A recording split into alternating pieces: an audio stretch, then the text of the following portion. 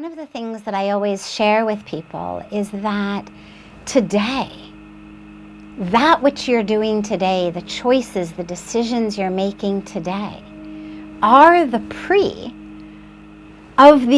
predestined of where you're going to be tomorrow, next month, next year. So right now, we are actually quite literally creating our destiny, our future, and also that for our children, our grandchildren, and all of those who will live on this sacred and beautiful planet. There's a beautiful story that I love about 3 men who are stranded on a boat in the middle of the ocean. And naturally they're stressed. And when we get under stress, we start to fight. It happens to people. So these 3 men start fighting on the boat. And in order to bring a little bit of peace to the boat, they decide, Cello, let us divide the boat into 3 parts so that each man will have his own part.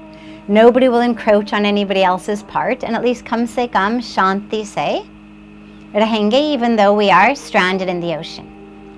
Now, obviously, they didn't get stranded on a boat having duct tape in their hands, so they just drew these imaginary lines down the boat.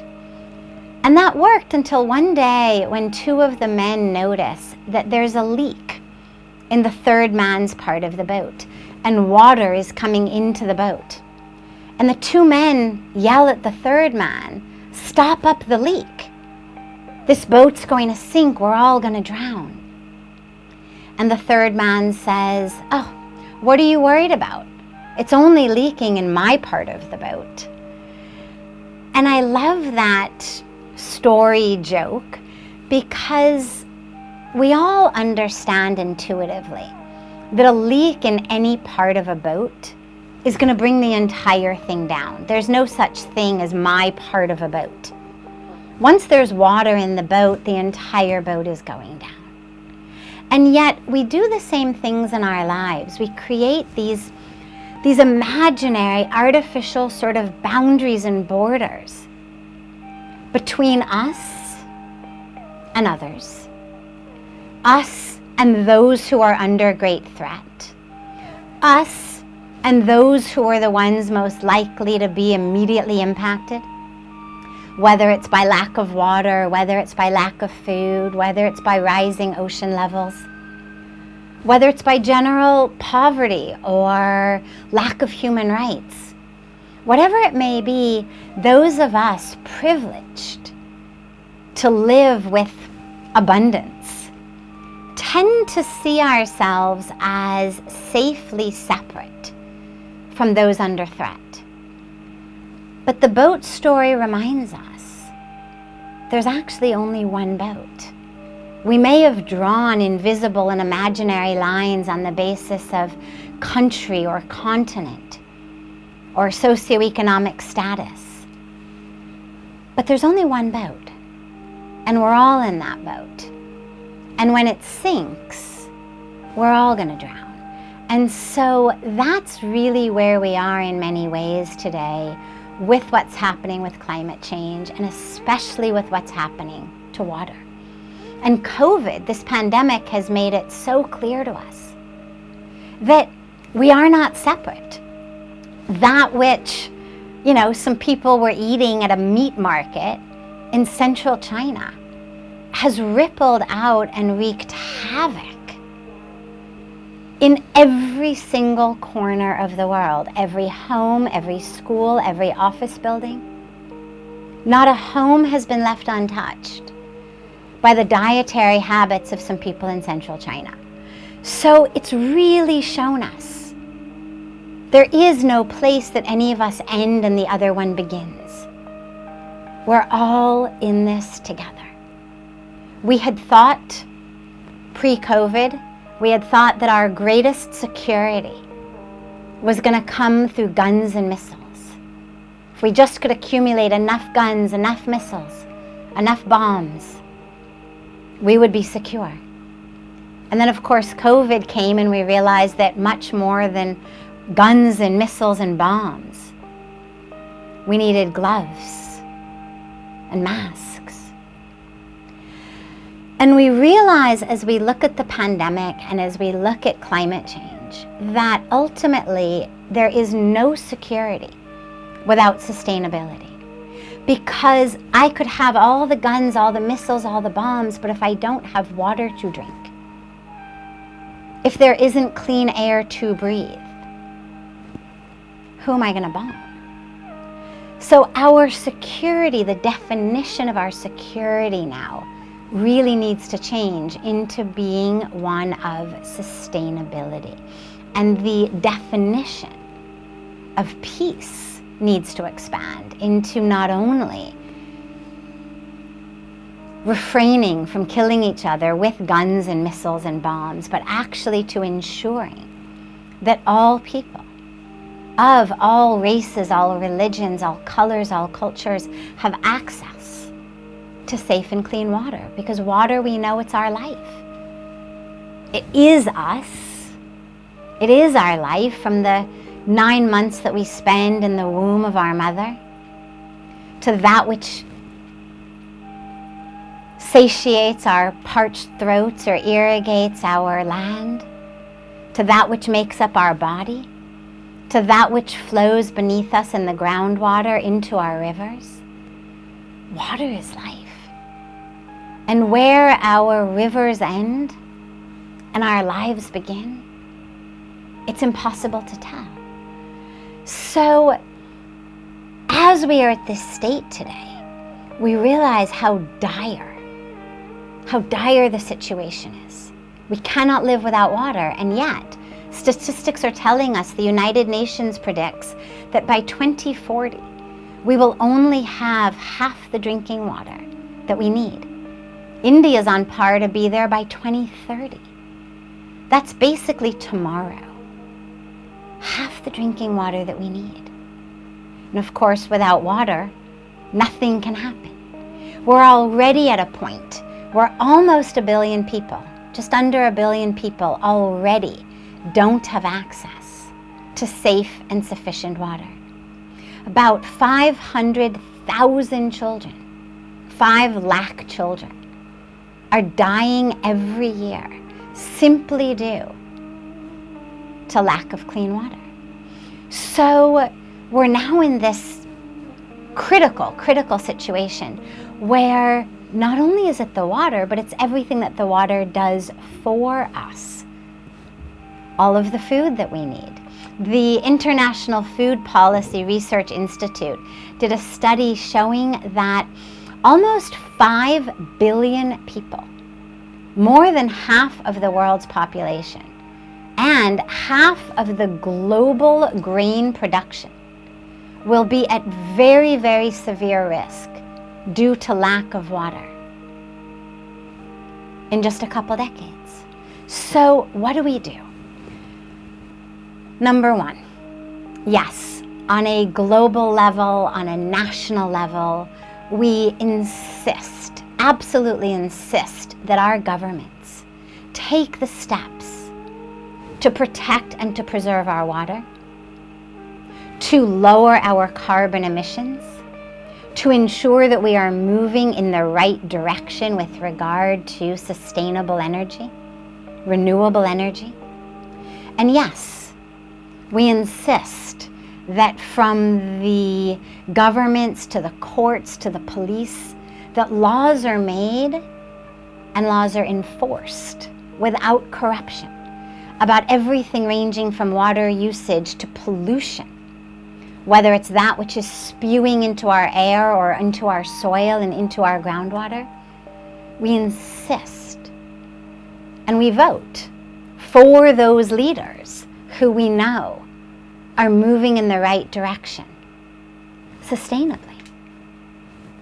In India, we're very blessed these days to have leadership from the highest level of our Prime Minister moving down into the states of government officials, government leaders who are committed under our Honorable Prime Minister's vision and leadership to really bringing about renewable and sustainable sources of energy, to protecting our water, to abating climate change to whatever extent we can. And that's great.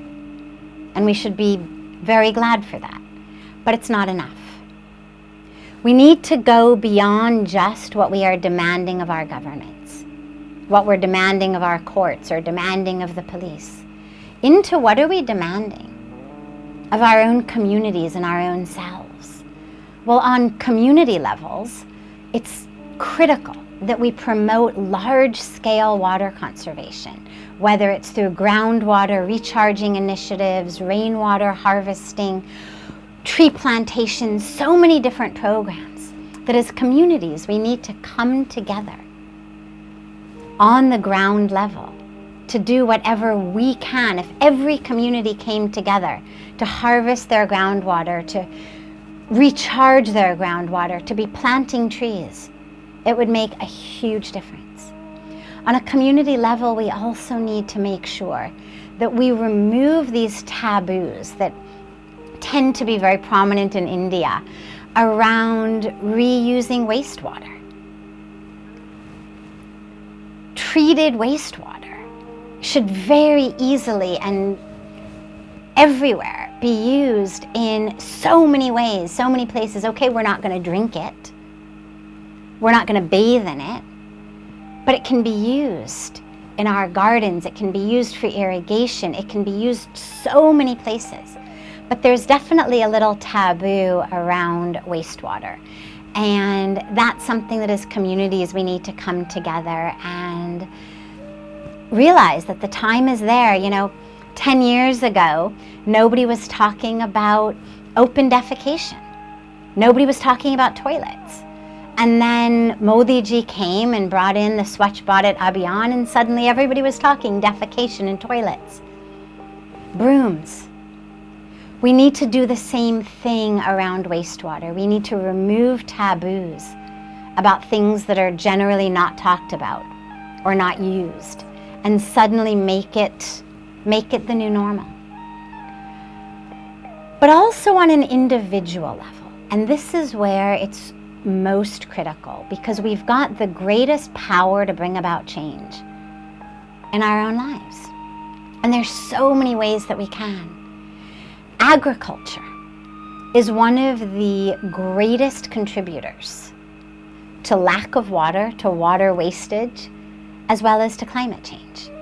70% of the world's fresh water is used for agriculture. So that's almost all of it.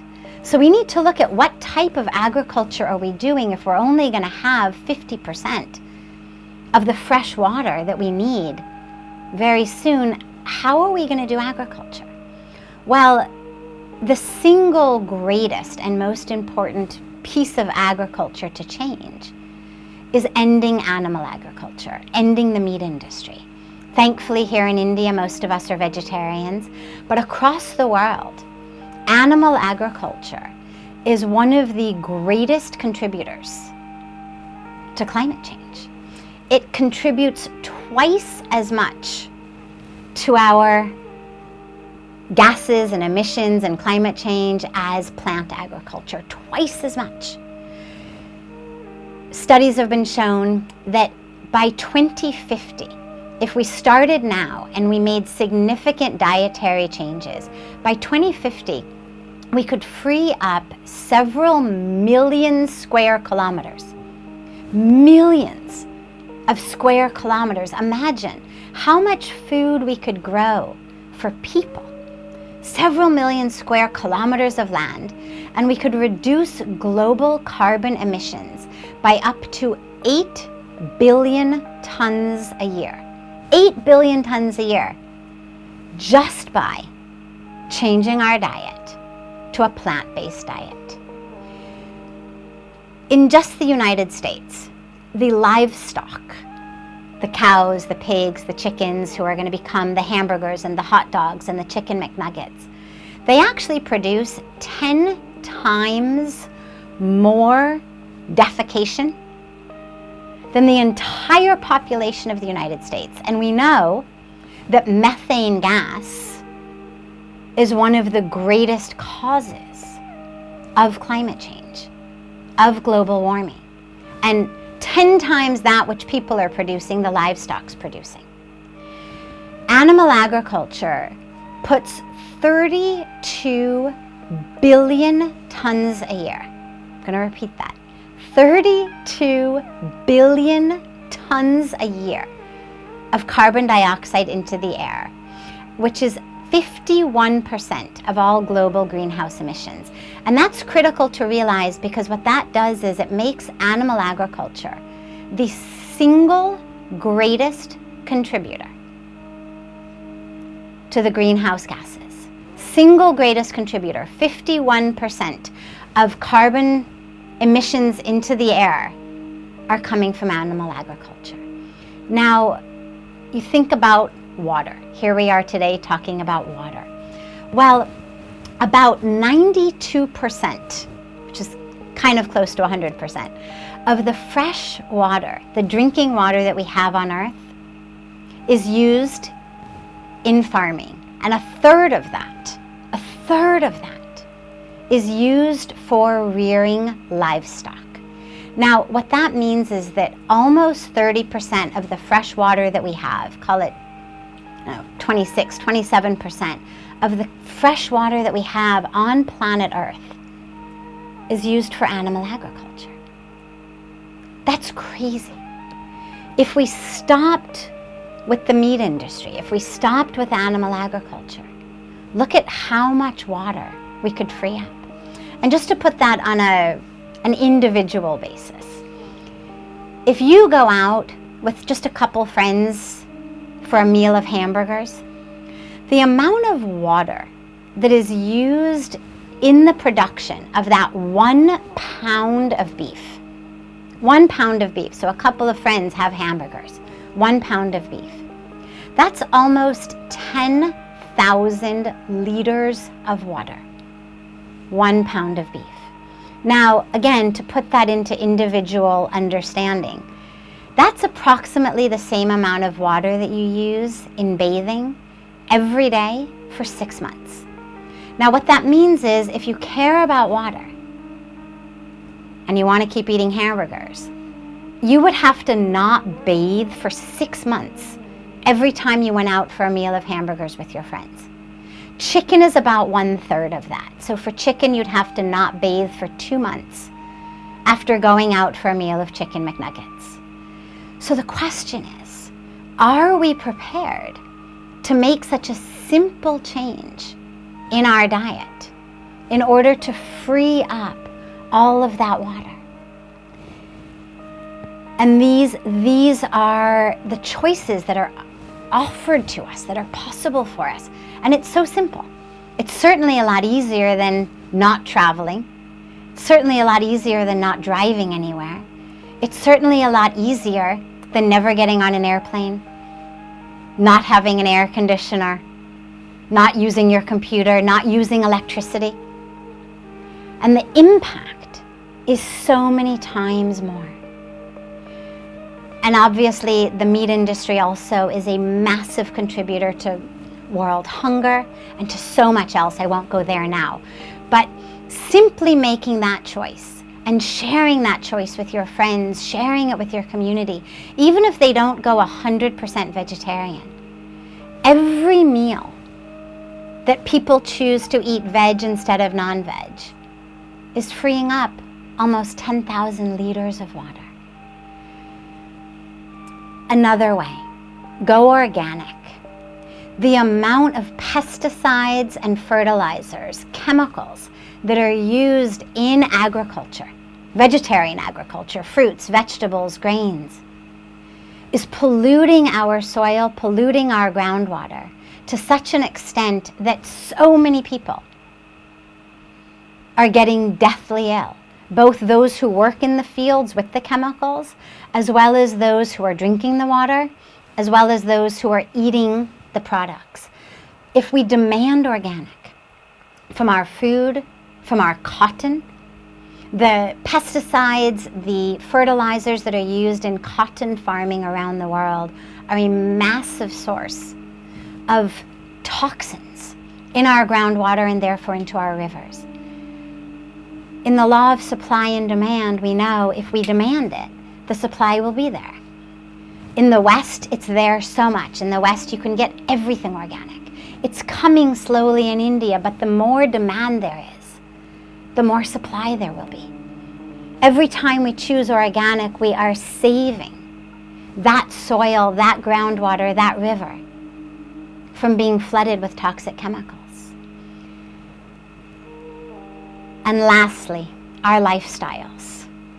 So many people talk about, here we live on the banks of Ganga in Rishikesh. And everybody, of course, is talking about save Ganga, protect Ganga, clean Ganga. It's something we've been involved with for decades. Pujya Sadhviji, who you heard from earlier today, was involved in cleaning Ganga even before I came to India 25 years ago. The irony comes in when you go to these conferences about Ganga. The number of people who walk into these conferences in leather shoes, with leather handbags, with leather belts, with leather car seats on their cars, when we know that the leather industry is one of the greatest contributors of toxins into Mother Ganga. And so the question is, are we prepared to actually change our lifestyle?